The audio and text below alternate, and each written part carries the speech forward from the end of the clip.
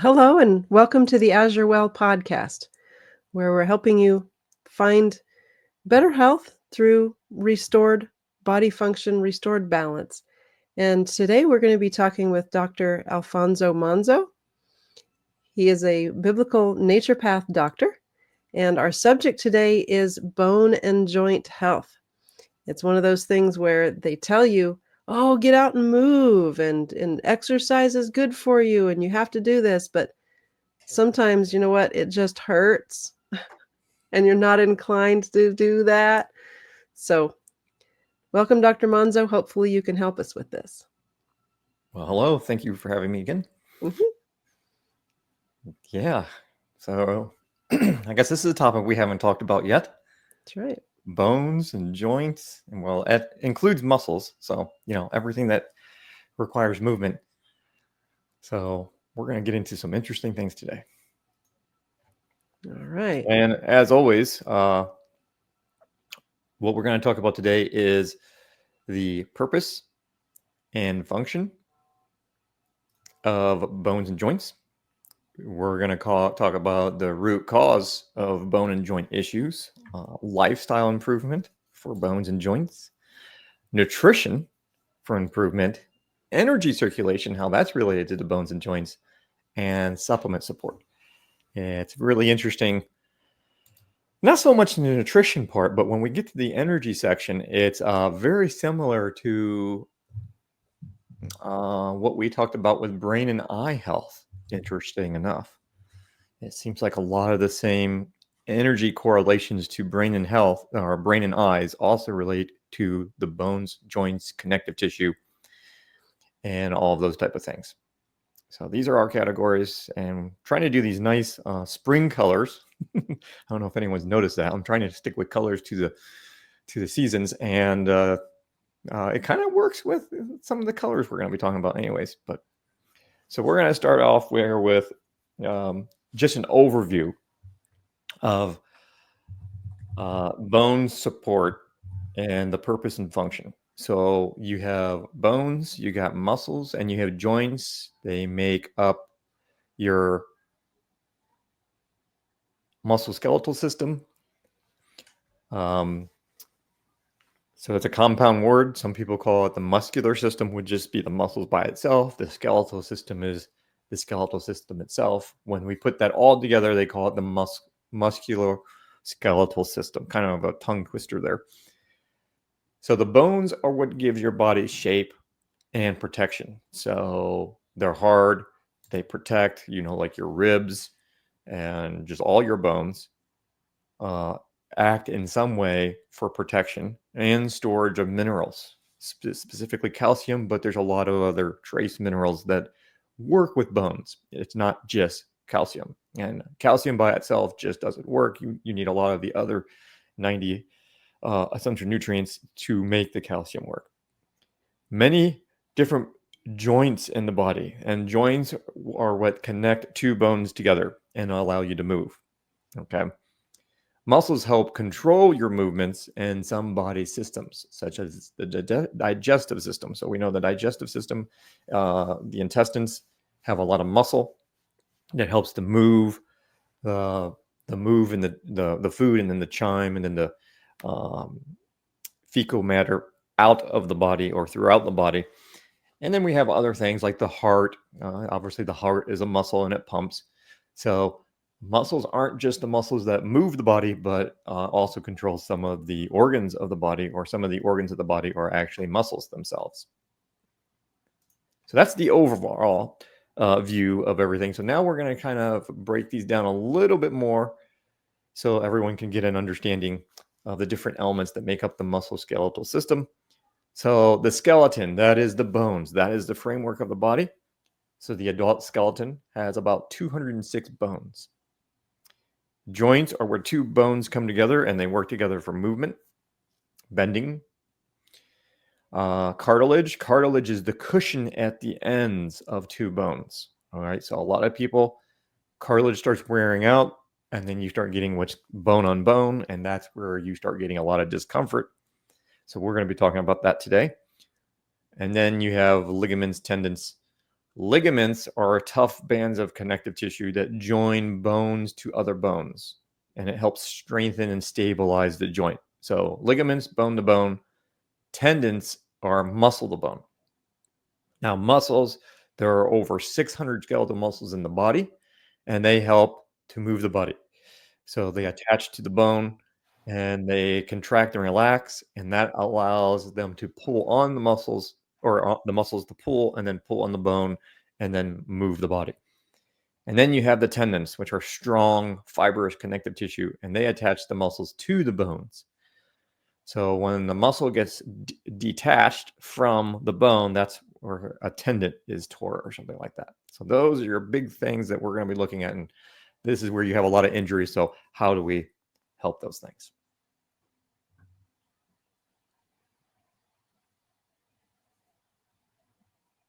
All right. I thought you were going to say something, but I'll go to the next one.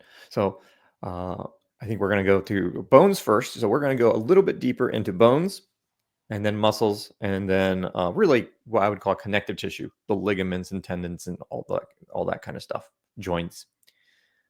And so you know that is another one of the words for oftentimes joints are classified as connective tissue, and because of the connections. And so we're going to talk a little bit more on that. We don't want to get too deep into anatomy, physiology here. But if you don't know how the bones and joints work together, then a lot of the other stuff doesn't really make a whole lot of sense. So bones specifically, the bones give people shape and hold your body upright and protect the internal organs like the heart and the liver from injury. And of course, they help you with moving as the muscles apply against them. So the bones are strong connective tissue, or I should say tissue made of collagen. And it's a protein that forms a flexible framework, which is mainly the collagen and calcium phosphate. Okay. So we're going to talk about some products here today that actually have calcium phosphate in it, a natural form. And that's going to be really important. That's the mineral that really makes them strong and hard. And of course, you need other minerals for your body to use the calcium and get it into the bone. So just taking calcium by itself isn't always the best way to go. And that's why there's a big debate on should we take calcium or not take calcium. And some people say it's the most important nutrient, and some people say you absolutely shouldn't take it. That's all because of how all minerals and nutrients work together. So there are the wrong forms to take, and then there's forms that if you take by themselves, they're not going to do a whole lot. So there's the right way to do it, and then there's the wrong way to do it, just like everything.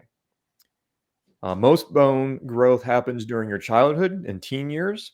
However, bones are always changing through a process called remodeling.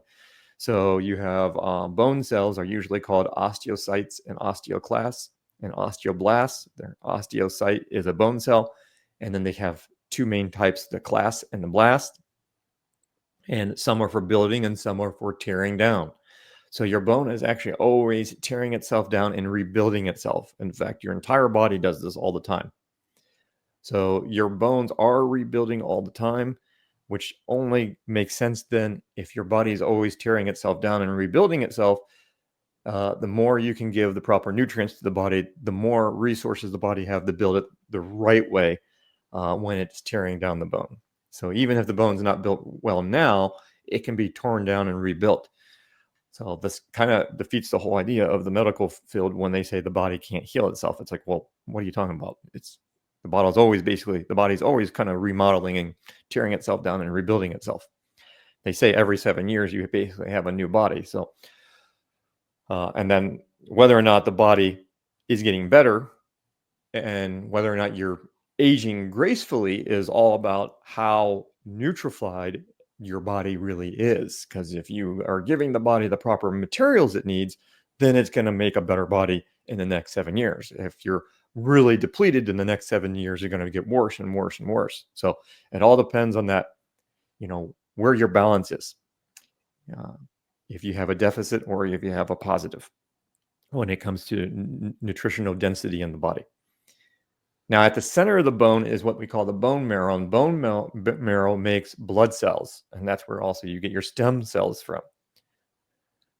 And then another part of the bone system of their body is the spine and the vertebrae, which also helps you keep you upright, helps with your walking, moving, twisting, bending.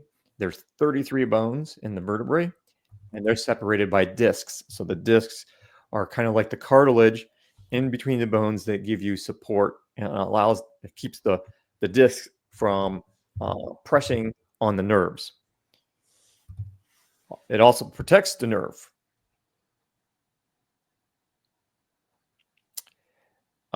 So you have to protect that spinal cord. The spinal cord goes in the middle of the vertebrae, and you need to protect that. And because you don't want that spinal column getting severed or something. So, and the spinal cord, of course, is sending the impulses up and down to the brain. So the spinal column is very important, but we have to remember that it is made out of bone, and then you have the protective discs in there. So if you're having bone loss, that's not a good thing, especially if you start losing it in the spine, because the spinal cord is probably one of the most important things to keep protected. Because if something happens to that spinal cord, you're going to have some major problems. Mm-hmm. So that's bones. Anything you want to say before we move on to muscles?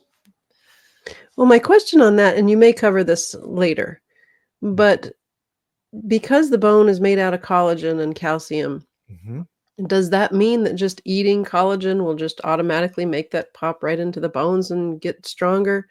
Can you just eat the nutrient that it's made out of and have it help? Not necessarily. Now, if you were eating things from nature, usually it's going to be a lot more whole food, and it's going to come with all the different nutrients you normally need to use it. Mm-hmm. Now, Azure has a collagen, and so if you were just to take that collagen by itself, would it work the same way as getting everything you would from an animal in nature? Probably not, right? Mm-hmm. So you're still going to need other nutrients to work along with it. So just taking a bunch of collagen isn't going to guarantee that you grow your muscles back. Okay. Because you still need all those other minerals working together. Right. Yep. So now we're going to move on to muscles. There's 3 major types of muscles. You have skeletal muscles, smooth muscles, and cardiac muscles. So it's almost just like they sound. Skeletal muscles are the muscles that relate to the bones. They are voluntary, which means you can consciously control the movement of your skeletal muscles. So moving your hands or moving your legs, you're consciously moving those. Skeletal muscles also help generate heat in the body, protect the organs, and maintain your posture. Now, smooth muscle is found inside blood vessels and organs like the intestines. So you can't really consciously control the smooth muscles. These muscles contract and relax without you even thinking about it. They're working autonomically, by themselves. For example, the smooth muscles contract to move your food and stool through the digestive system. We call it peristalsis, and work in your arteries and veins to help regulate your blood pressure. So this is subconscious. It's automatically happening. You don't even have to think about it. And we have thousands of functions like that in the body. Heart is another one, really. The heart muscle is a special muscle called cardiac muscle. And again, you can't really consciously control it. And it contracts and relaxes to help with the heartbeat. At least that's the story we're told. Some people say the heart works more like a, now I lost the word.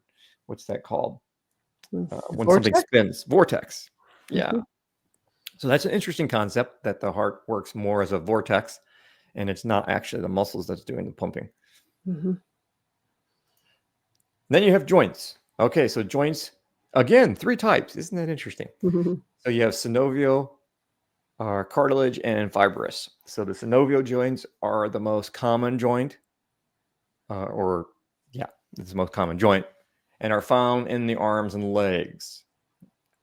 So the ends of your bones, at least in the arms and legs, are covered with cartilage and separated by a joint cavity. That cavity is filled with a thick gel called synovial fluid. And that's where they get their name, synovial joints because they have this cavity in there that helps lubricate the cartilage and provide nourishment to it. Okay. Now, oh yeah, there's one more part of this is the ligament stretch across the joints, connecting one bone to another bone to help stabilize. All right. So that would kind of still be under that type of joint. Joints in the spine, the pelvis, and between the ribs, sternum are cartilage joints. So they provide more stability, but they're not as much movement. Okay. There's no liquid gel feeling here. It's just literally a cartilage that helps connect the two joints or the two bones together and then provide the cushion for those joints. And then you have the fibrous joints, which allow no movement, just stability. And they are held together by strong fibrous connective tissue. Kind of like the skull, although technically, if you look at a skull, there's different bones, temporal bone and the frontal bone. And technically those bones you can see are separated by these little zigzags. They call it the sutras. And technically those bones are movable. They do slightly move. So if you do something like craniosacral therapy, they very lightly move those bones of the head and face, the skull and the face. So they're not completely unmovable, but I mean, they don't move like your elbow or your knee or anything like that. Mm-hmm. So that is bones, muscles, joints. So now we're going to get into root cause issues. And the first one we're going to talk about is bones. So obviously this is going to be true for every single category. Basically, once in a while, maybe I throw something else on the board. But for bones, nutritional deficiencies at the top of the list. Why? Well, because your bones are made out of minerals and other nutrients. So, of course, if you have a nutritional deficiency, especially like calcium or magnesium, phosphate, different types of collagen, boron, even sometimes copper is involved, you're going to have a really hard time making new bones. And if you don't have the materials to make new bones, a lot of times the body's really smart. So a lot of times what happens is that the body realizes it doesn't have what it needs to make new bone tissue. It won't break down the old bone tissue as fast as it should be. That's basically the aging process. And you ever notice some people seem like they age faster? That could be a sign of nutritional deficiencies where their bones are aging faster than they should be because the body's like, hey, I don't have anything to build new bone with. So why break something down if I can't build something? Body's pretty intelligent with this stuff. Is that what would make bones seem brittle, where they just haven't had the new stuff put in, and so it's basically old bone that's still trying to hold you up? Yep. Yeah, it's getting older and it's not replacing. So, and even if the body is slightly making some new bone cells, it's like, well, the bone cells don't have the nutrients to build the bone, right? Because you have your osteoclasts and your osteoblasts. So I believe the blasts are for building. I think that's how I used to remember it be for building, and clasts are for tearing down. So they tear down the bone, and the other ones are supposed to come in and start building that bone, but they need the materials to do that. So just like if there was a lumber shortage, you're probably not going to be building a house unless you want to build it out of stone.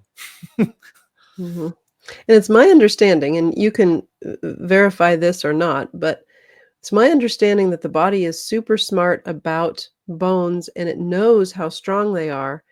And if your bones are weak due to lack of nutrition or whatever, it won't allow your muscles to get stronger because it knows that if your muscle were to get so strong that it could just, tighten up, it would break that bone. And so Yes. sometimes your lack of ability to improve your muscle strength isn't because you're not lifting weights enough. It's because your body knows, those bones are too weak to handle a stronger muscle. Have you noticed that? Yeah, that would be true. And the other thing people have to think of is there's other activities in the body in which the calcium and the minerals you need to make bone are often more important, like pH balance, especially in the blood. Your pH in the blood doesn't change. At least it better not. You're not going to last long if the pH of your blood changes. So the body is always constantly trying to balance the pH of the blood, but it has to balance the pH of the other liquids in your body and what's going on in your kidneys, the electrolytes. So oftentimes the body is going to steal nutrients, especially from the bones, because that's one place that's, hey, it's not quite as important as your kidneys shutting down. So let's steal some nutrients from the bones or other places to help with the kidneys. And this is also kind of the reason why a lot of people get into stones and stone formations. Is a lot of times because of a nutritional deficiency. So the body is pulling things from places it's not supposed to be pulling from because it has to get it from somewhere. So sometimes it's counterintuitive because you would think, oh, kidney stones, you're getting too much calcium. Well, no, it might just be that your body's not getting the right type of calcium. So there's hormones that regulate this too.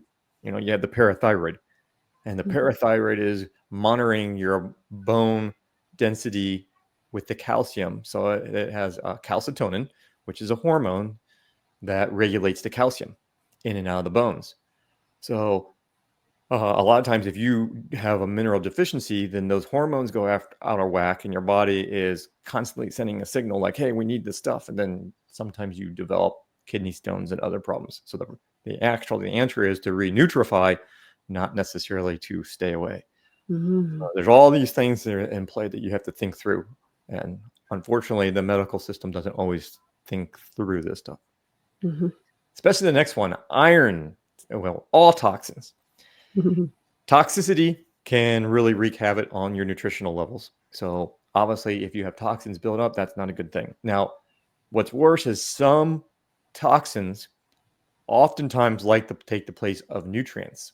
Iron is one of them. I've seen a lot of people where the iron will start taking the place of the calcium in the bones because they have so much iron overload, and it starts getting laid down instead of calcium. I've actually had someone not too long ago who was losing some teeth, and they were supposedly be completely anemic, absolutely no blood or iron in their blood. In fact, they're deathly allergic to iron, even though they have to get blood transfusions all the time because they have this rare blood disorder where their blood supposedly is disappearing and they can't figure it out. Well, I think they're extremely copper deficient and they have way too much iron. So, of course, teeth are starting to fall out, and they had one of their teeth sent in and analyzed, and sure enough, it was full of all kinds of iron. And here's someone who is supposedly anemic, and it's like, well, here you go again. It's iron in the wrong place. So yeah, it's not in your blood. Where was it getting deposited? Well, it's getting deposited in her teeth and in her bones. I mean, that is an extreme overload of iron, which is probably why her body severely reacts when they give her any type of iron. So these things aren't so easy as we would think. A simple blood test is not going to tell you how much iron is accumulating in your bones. So that's not a good thing. And then, of course, you have traumas and injuries. This should be very common with bones, muscles, and joints. If you're running or walking or doing something, or you fall, you trip, sometimes the bones aren't strong enough. You can break a bone, you can fracture, you can tear ligaments, muscles, all kinds of things, right? Then you have the energy pathways.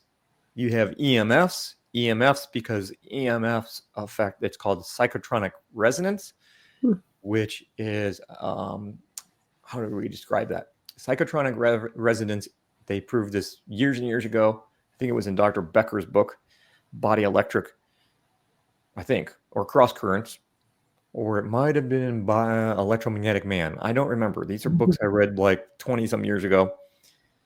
And what they found is psychotronic resonance is how electrical fields and magnetic fields, how the spin of them work on 90-degree angles. So if you have a 90-degree angle and so a magnetic field going one way and an electrical field going another way, depending on the strength of the magnetic field and the electrical field, it causes a transfer of information from positively and negatively charged ions in the body, which are mainly your minerals. So this is one of the first things they finally proved, that a chemical understanding of how EMFs affect the body. Because in the past, it was like certain people like myself knew EMFs were really detrimental to the body, but it's not because of a heating effect. And that's the only thing they look at with radiation is it heating the tissues? And they said, well, most non-ionizing radiation, like your cell phones and Wi-Fi and the electric lines, they're not heating the tissues where they're going to start melting or burning or anything like that. So they're safe, even though they were doing something, until the psychotronic resonance was discovered. And then they found out that just with the strength of the magnetic field as it is, with the type of power lines and electricity we use, 60 hertz AC current, is enough to cause a psychotronic resonance effect. And information is then transferred to negative and positive ions in the body, and it can change their rate of travel and absorption in the body. So they found out that it was causing a stimulation. They call it a voltage potential across a cell membrane. And that's a fancy word for just like anything in electronics. You have a positive and negative. And this also works with the polarities and pHs. So when you have so much inside the cell and then outside the cell, when that potential changes, it causes the little gates on the cell to open and the nutrients can come in. So what they're finding is we had these calcium channels, and we have potassium channels and magnesium and sodium. Those are usually the big ones, where it really causes these things to open up and tons of the minerals flood into the cells more than they're supposed to, faster than they're supposed to, from EMFs. So we now know that the EMFs are causing a change, especially in the sodium and I think the sodium, potassium, and calcium channels were the ones affected the most. But it can affect any of the positive or negative ions, which is what your minerals are. They usually have a negative or a positive. Mm-hmm. And so that's not a good thing. You don't want minerals flooding in and out of the cells faster than they're supposed to. So basically, EMFs can affect the nutrients going into the bone in order to make them strong. So without the nutrients going into the bone, or more of them coming out than going in, Yep. you can get weak bones from EMFs. Mm-hmm. Or causing these gates to open up in cells, and too much calcium or sodium or magnesium or something flooding into the cells than it's supposed to be. So then your body's using up all these minerals and not supposed to be. Yeah, so very interesting. EMFs causes all kinds of things we don't think of. And then infections. There are infections that you can get in the bone. Now, when we're talking about conditions, I just made these little boxes here to show you some of the conditions. And you can see there's, for the bones, there's fractures. You have osteopenia, osteoporosis. So fracture, obviously, broken bone. These other ones is the density of the bone, which can then lead to fractures. Paget's disease.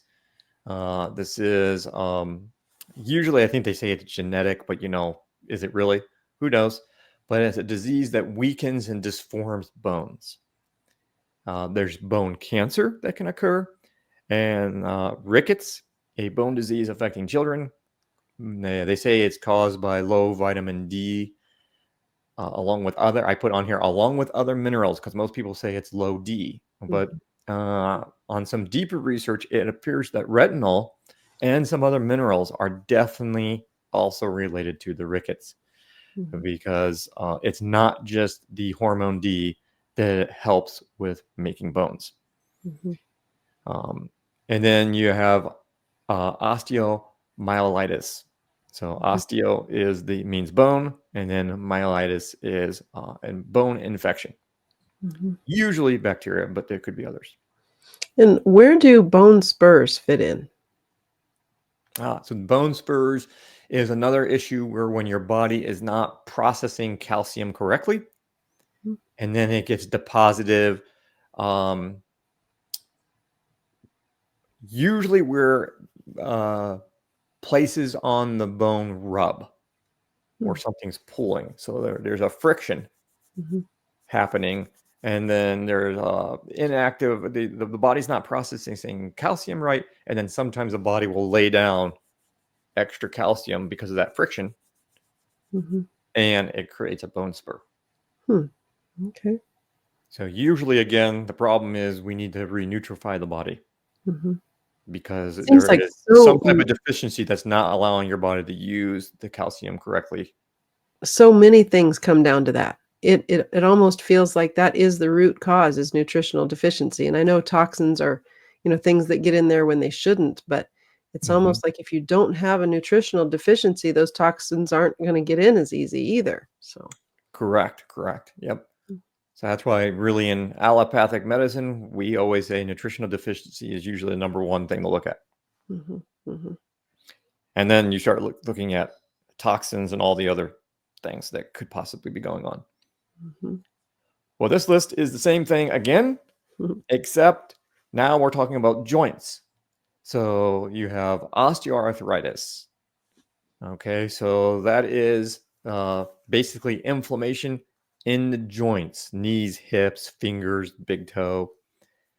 Rheumatoid arthritis, they call this an autoimmune disease where the body is attacking the lining of the joints.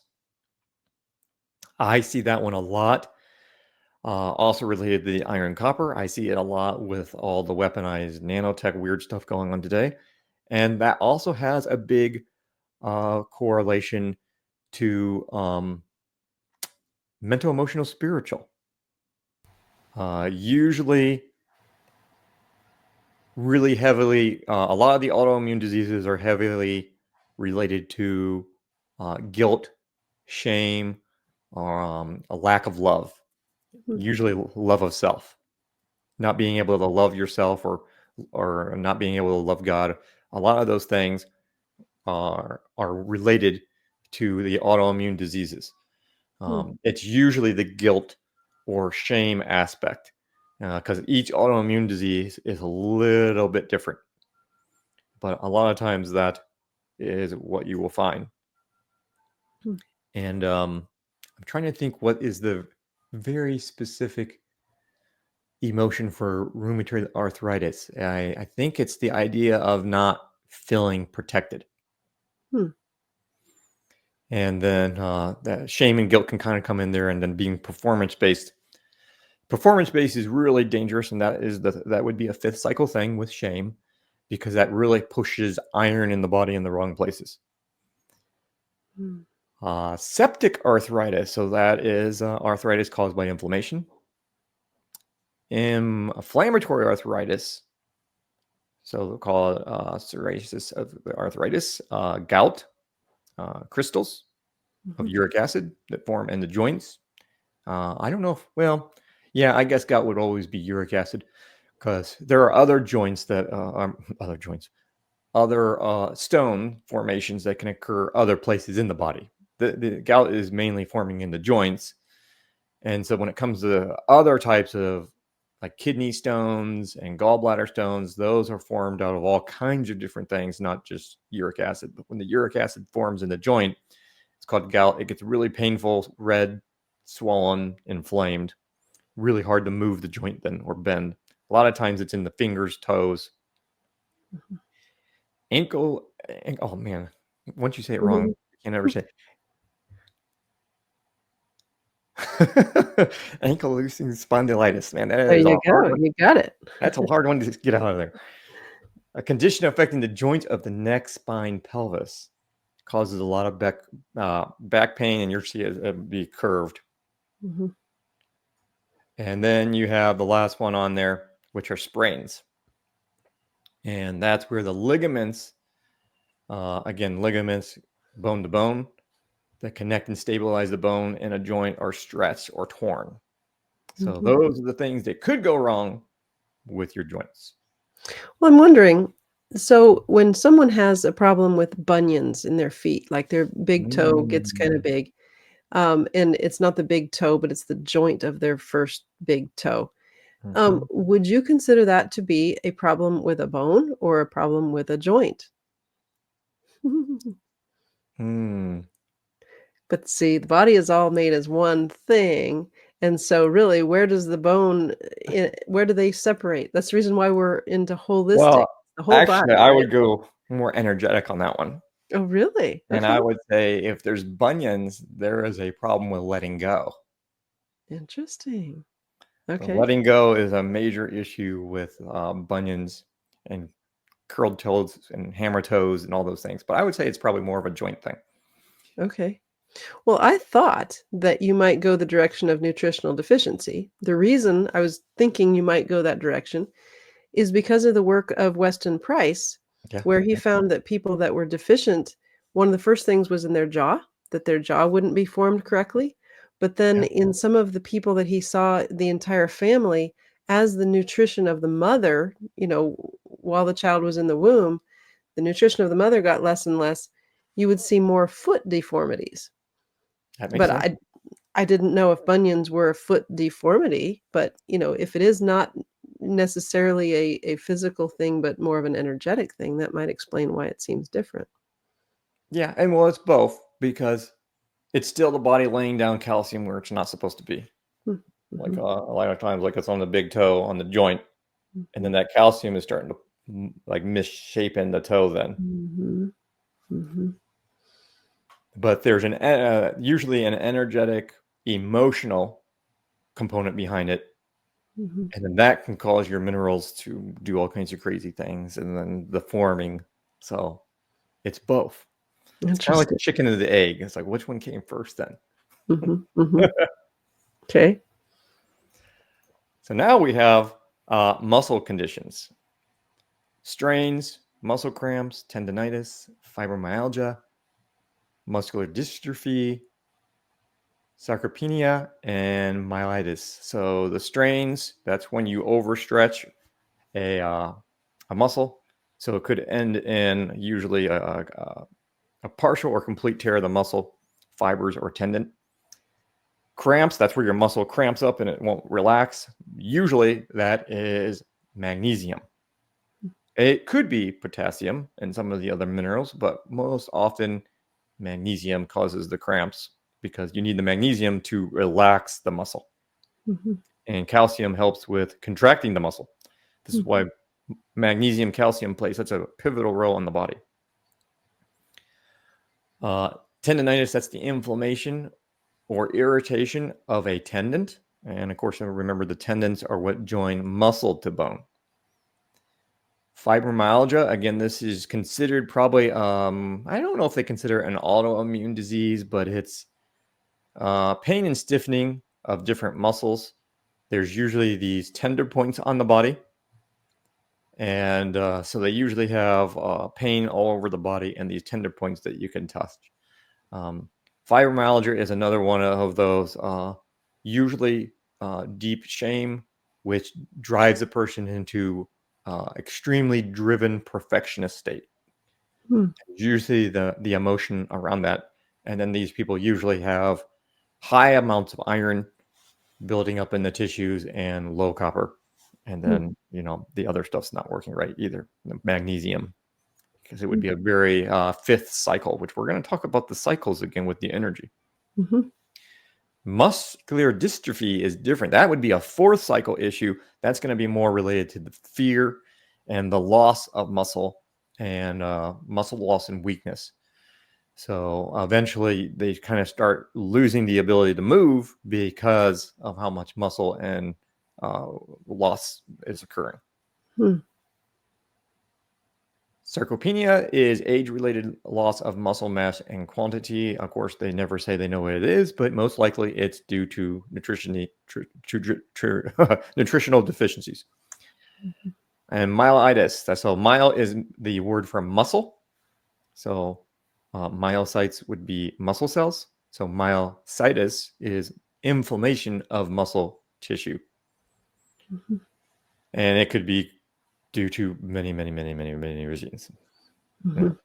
Could be deficiencies, it could be the toxins, it could be a trauma, it could be the energy pathways, it could be the EMS, it could be an infection. I mean, Mm-hmm. so that's all that. So now with all that behind us, we just learned a whole bunch of anatomy and all kinds of things that could go wrong, making Mm-hmm. a lot of pain for you when you try to move. Mm-hmm. What about lifestyle tips? Mm-hmm. The good thing is no matter if it's a bone, muscle, or joint issue, you're going to see that most all of it are related to the same causes. So the same lifestyles and nutrients are going to help muscles, bones, and joints, and many other things in your body. So eating foods high in minerals, right? That's going to be a big one. Having an active lifestyle. And a lot of times with bones like a lot of pressure and resistance training. So not necessarily going on a treadmill and running or jogging. It's the cardiovascular exercises aren't going to necessarily always help muscles. Muscles like the strength training with resistance type. Mm-hmm. Now muscles like good old strength training, but the big thing here is we don't want to be working ourselves out. So the idea of a workout isn't always necessarily the right thing. We just want to be active and exercise appropriately. Limiting the bad foods like your sugars, the fried foods, too many carbs, bad oils, all those things will lead to nutritional deficiencies. And, when we talk about bad foods, we think about pop. Depending on what part of your country, you probably don't know what I'm talking about. So there's pop, and then there's soda. And what other name does it go by? Coke, or every part of the country kind of has its own name. But those type of drinks are very bad, especially for bone tissue. And usually it's because of how they deplete the mineral deficiencies or bind to different minerals and then cause deficiencies in the body. They can also lead to a lot of the kidney stones and issues like that. Mm-hmm. Decaying your teeth and causing teeth issues. So staying away from those pops and sodas is a big one. Mm-hmm. You can't find them in nature anyways. That tells you something. Improve your detox or elimination. Make sure the toxins are getting out. Getting enough sunshine. We need the sunshine for your hormone D and to activate your retinol. So those retinol pathways can work. The neurooptic pathways in the body. Keeping a healthy weight. Obviously, if you put on a lot of weight, it's going to put more wear and tear on the muscles, which are going to pull on the bones. It's going to be harder on the ligaments and the tendons. And so, the more weight you have, the more you have to carry it around. So the more your muscles and your bones have to work. And then if you're losing nutritional minerals, that's not going to be a good combination, because now you have more weight bearing on the muscles and the bones, but yet they don't have enough building blocks. And limit toxins like smoking and alcohol, because they can really affect the liver and other areas of the body, which then affects bone. Mm-hmm. So back to the active lifestyle and the weight, I understand that weight-bearing exercise actually builds bones. And so you would think that people that have more weight on them would have better bones. But because from what I understand, if you're thin and lightweight, but you're not doing weight-bearing exercise, your bones may not be getting enough weight on them to build themselves back up. Yes. And so that sounds good, except for we have to remember, I think we did somewhere we did something about healthy weight, one of the podcasts. So one of the number one reasons why people gain weight is a lack of nutrition, because they're eating nutritionally poor foods. So they might be putting a lot of calories in, but empty nutrition. So that means you're never really full, and you want to keep eating because your body's giving you the signal that, hey, we need minerals, we need nutrients, we need the vitamins, but you're giving it very little of nothing with the standard American diet. And so the body puts on a lot of weight because it doesn't have the minerals, and I should say all the nutrients to do what it needs to do. And that probably then means that even though there's more weight on the bones, Mm-hmm. It does not necessarily mean that the bones are getting what they need to be strong, and so you're actually putting a lot of weight on weak bones. Mm-hmm. And that's why even things like fasting, fasting can be great, but then there's also a right time and a wrong time. And then, some people get way too extreme, because what happens a lot of times is when the body realizes it's starving of nutrients, not of food, Mhm. it will start to try to store things. And that's where you start gaining a lot of weight, because it's trying to hold a reserve. Mm. So there are certain times when fasting works, and then there's certain times when if you go too long enough fast, your body will start holding on to things now Mm. and not letting go of everything. So Mm. there's a proper way to do these things. Hmm.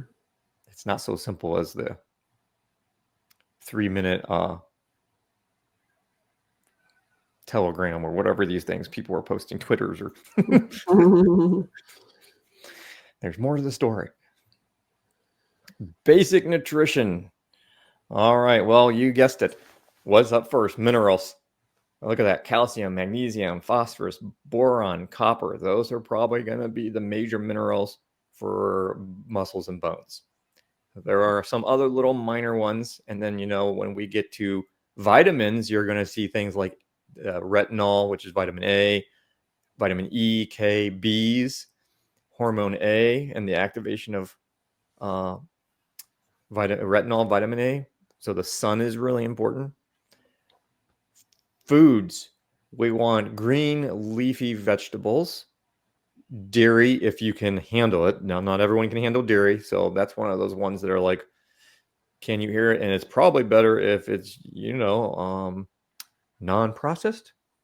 I don't know if we're allowed to say this, but fatty fish, and because sometimes it's not even legal to take it across state lines. So crazy. Mhm. Mhm. But fatty fish, really important because of those essential fatty acids. The eggs, real nuts and seeds and grains. We're not talking about fortified and processed grains, seeds, and nuts. So we're not talking about highly processed seed oils.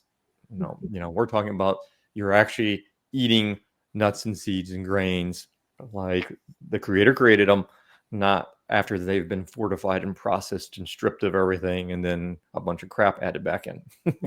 That's not what we're talking about here. Mhm. And we're definitely not talking about highly processed seed oils. So a lot of times I think people freak out about these things too much. They learn about the seed oils and then they think, well, all seeds and nuts are bad. And it's like, well, that's not the same thing. It's not even remotely the same thing. Again, it's in this whole food nature, you're getting all the nutrients that are supposed to work together, Mhm. which is the problem with the seed oils. They strip all that stuff away. They're really rancid. And what you have left is basically nothing. I think my golden retriever over here is acting.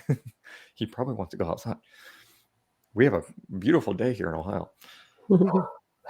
Protein. So clean sources of protein are important. And then, of course, your collagen, glucosamine, chondroitin, turmeric, and MSM are other nutrients that can be very beneficial, especially for the joints. Yep, that's basically the type of nutrients you want to be looking for. So we're going to get into the energy circulation. So the first one's fifth cycle. So this is the exact same slide we did for, I think, the brain and eyes. So you'll notice, we talked about this once before, but on fifth cycle, you'll notice the word bone is circled a lot, because this is the cycle that controls the bone and the bone marrow and some blood. Well, blood cells are made in the bone. It's the color red. It has a lot to do with iron and magnesium. So you'll see that this cycle has a lot to do with the emotions shame and performance, so perfectionism. And so you're going to see a lot of the problems in fifth cycle with rheumatoid arthritis and fibromyalgia and all kinds of those type of things. But any type of problem with bones or the bone marrow, you want to be thinking of fifth cycle energy pathways. And that's what they kind of look like. And you can see all the different other systems that are also related to fifth cycle. Very interesting, huh? And it's the color red. So the next one, there's 3 of them, is third cycle. So I think this one and the previous talk was a lot of the brain and the eyes. And you can see those listed there. So when it gets to what we're talking about today, this is the cycle of the body. It's green, it's third cycle, but it's the cycle of the body that controls the joints and the connective tissue. It controls a lot of your fatty acids. So the essential fatty acids, the retinol, it's related to methylation in liver, so detox issues, which could present problems for your joints. So this is the third cycle type things. And this is anger frustration. So you'll see a lot of anger frustration can lead to joint issues. And then the last one is fourth cycle, which is blue. And you'll notice fourth cycle is related to the spine and the muscles.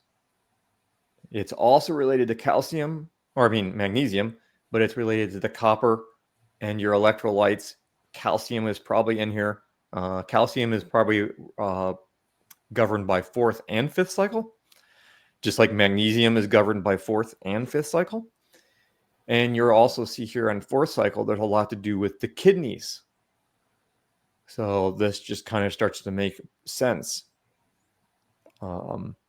How it fits in with muscles, the spine, your electrolytes. And fourth cycle is fear and anxiety. So a lot of issues with muscle issues with fear. And when you think about it, your bladder and your kidney are muscles. And what happens when you get scared? A lot of times people will urinate themselves when they're scared to death or get spooked. So that's all related to the same cycle of energy in the body working. Well, and on there you have elimination, kidneys, urinary, and what I assume is a misspelling for sweat. And sweat is another one that, when you're afraid or have anxiety, you sweat everywhere, whether it's the palm of your hands or somewhere else. And it's interesting that this all goes along with your emotions of fear and anxiety. So that's pretty interesting. Yes. Mm-hmm. So what can we do with it with Azure nutrients? Well, for AzureWell, you can start with the 90 essential nutrients. And if you really wanted to do a little bit extra, this is what you would do. So typically the 90 essential nutrients is going to be your Alaskan cod liver oil, the whole food multi, and the fulvic humeric minerals. Mm-hmm. Now, most people do not have enough calcium or magnesium or phosphate. And you really don't get enough just in the whole food vitamin and the minerals because anyone ever seen calcium or magnesium powder? It takes a lot of powder to give you what you need in your nutrients. So there's no way you're going to fit all those nutrients in a few capsules. I mean, you would probably have to take 8 or 10 capsules to get your required intake daily. And so that's why we really add in the IP6. So IP6 is probably one of the best ways to help build bones because IP6 literally is a salt. It's a fiber salt B vitamin that's naturally occurring in grains, seeds, and nuts. Imagine that. And it's a salt because it has magnesium, calcium, phosphorus bound together. And that's really what the IP6 means, inositol phosphate.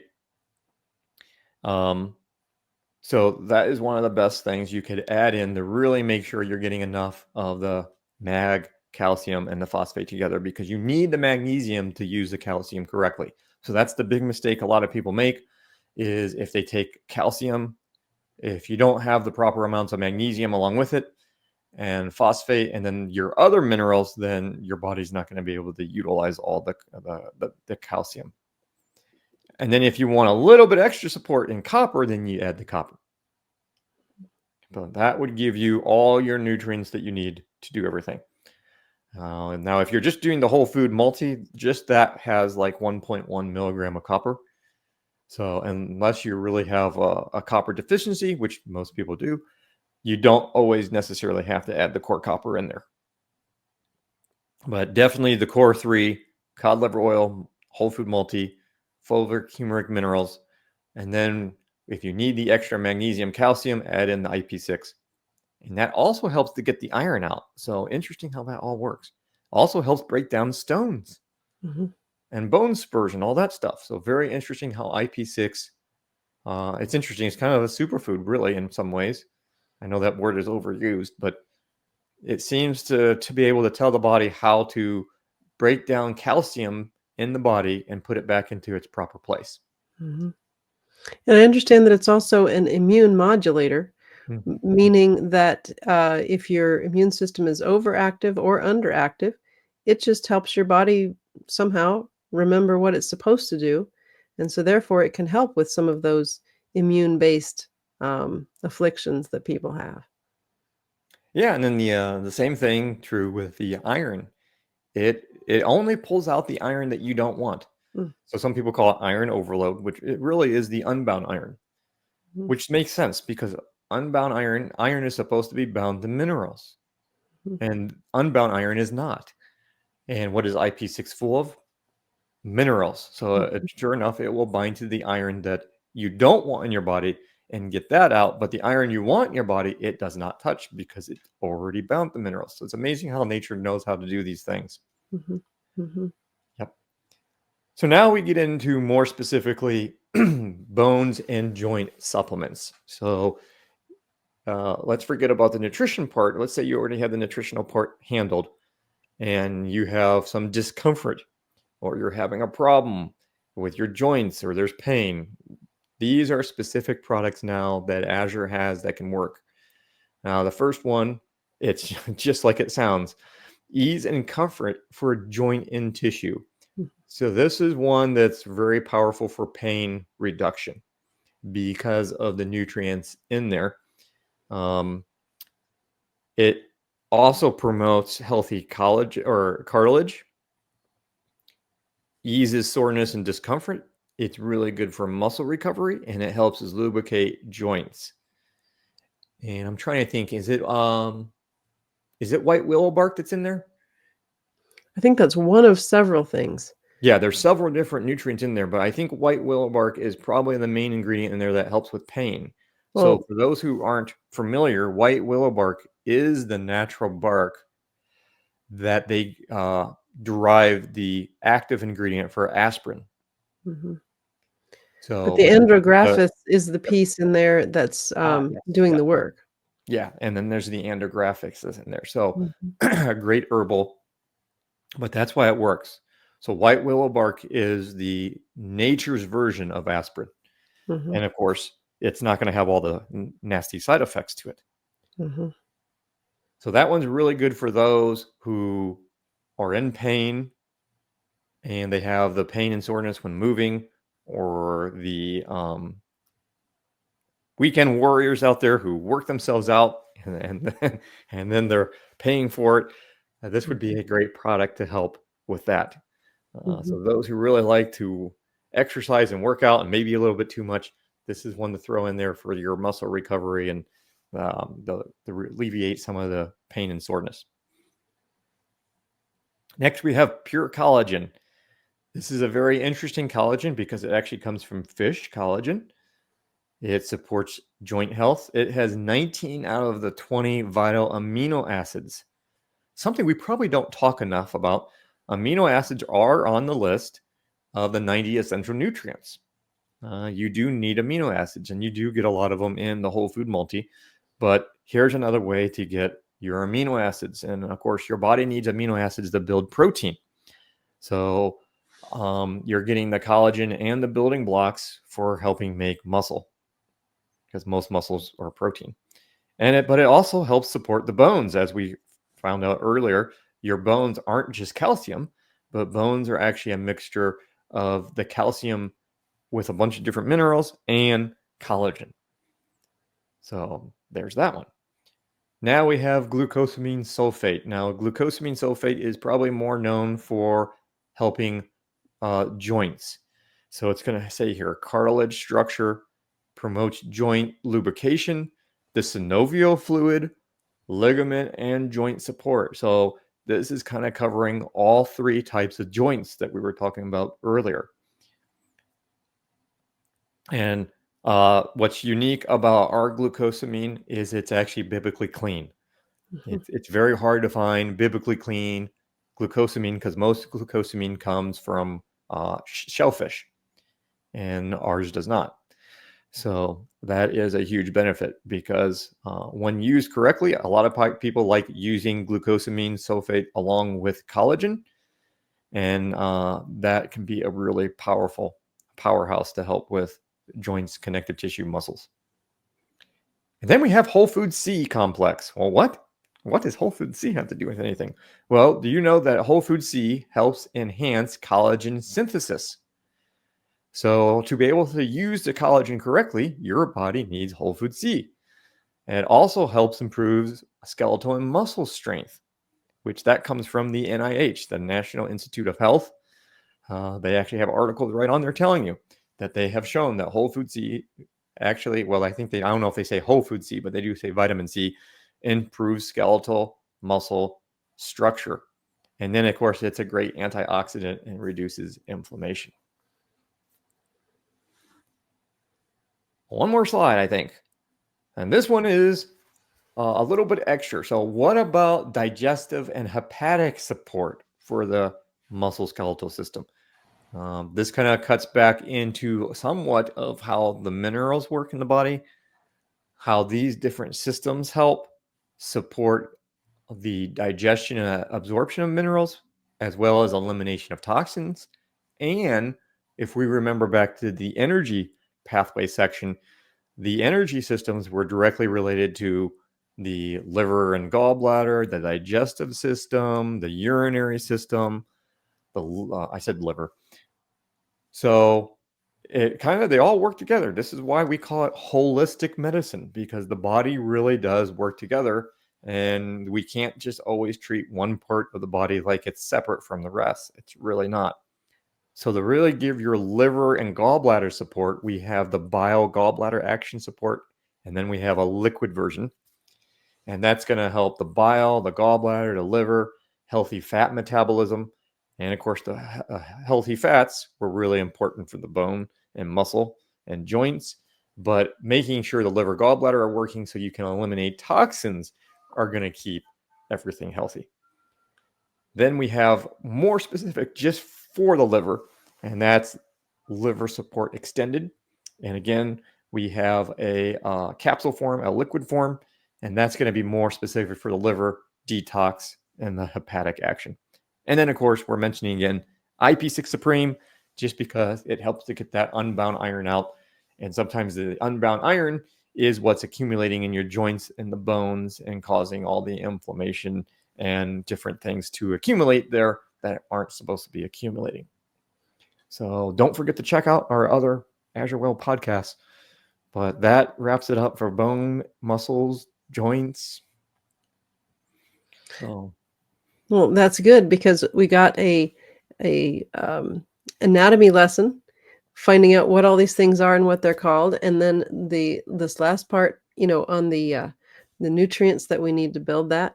But your energetic pathways thing, that's probably new to a lot of people. yes. So I want to remind everybody that if you are interested in learning more, Dr. Monzo has a website, drmonzo.com. So it's drmonzo.com. Mhm. He has a lot of information there. He has a book out that actually details all of those pathways that are um, not typical. They're not normal. They're not the ones that you hear about everywhere else. And so, he's done a lot of study. And Dr. Monzo, we appreciate that because, Mhm. yeah, if there are energetic things, because the body's running on energy, and if there are things that affect our bones and muscles and joints that aren't necessarily just nutrient related, That's right. That's right. And then all of our podcasts, we're listing them now on AzureLivingWell.com, which is our Great. website for AzureWell, and got lots of good links there and more coming. And so, yeah, this is good. We feel like with Dr. Monzo's monthly podcasts with us, you really get a good education, and Yeah. learn all about the body, and it's fascinating that the Lord created us in this way to have everything work together. Uh, Well, we have now, irreducible.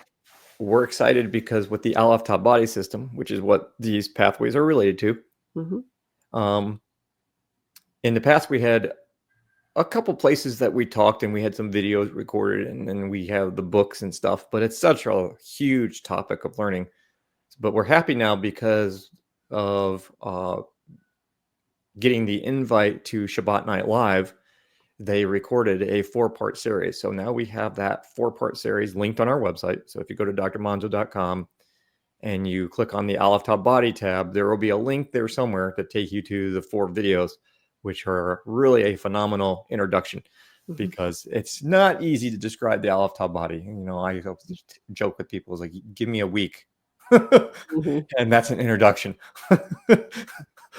Yeah. There's so much there. So when people want to, what is that? It's like, well, now I actually have some really good quality videos to as an introduction to go learn what that is about. Hmm. Yeah, because what you've given here is just kind of a teaser for that, Yeah. and we're like, oh, really? That's how that connects, and so much these days is just on structure function, and to realize that there's more to your health than just brick and mortar. you know That's right. there's so much more that makes up your body than just the structure itself. So, well, this is good. Thank you, Dr. Monzo, and we'll Thank you. see you again next month for another great subject. That's right. All right. Thank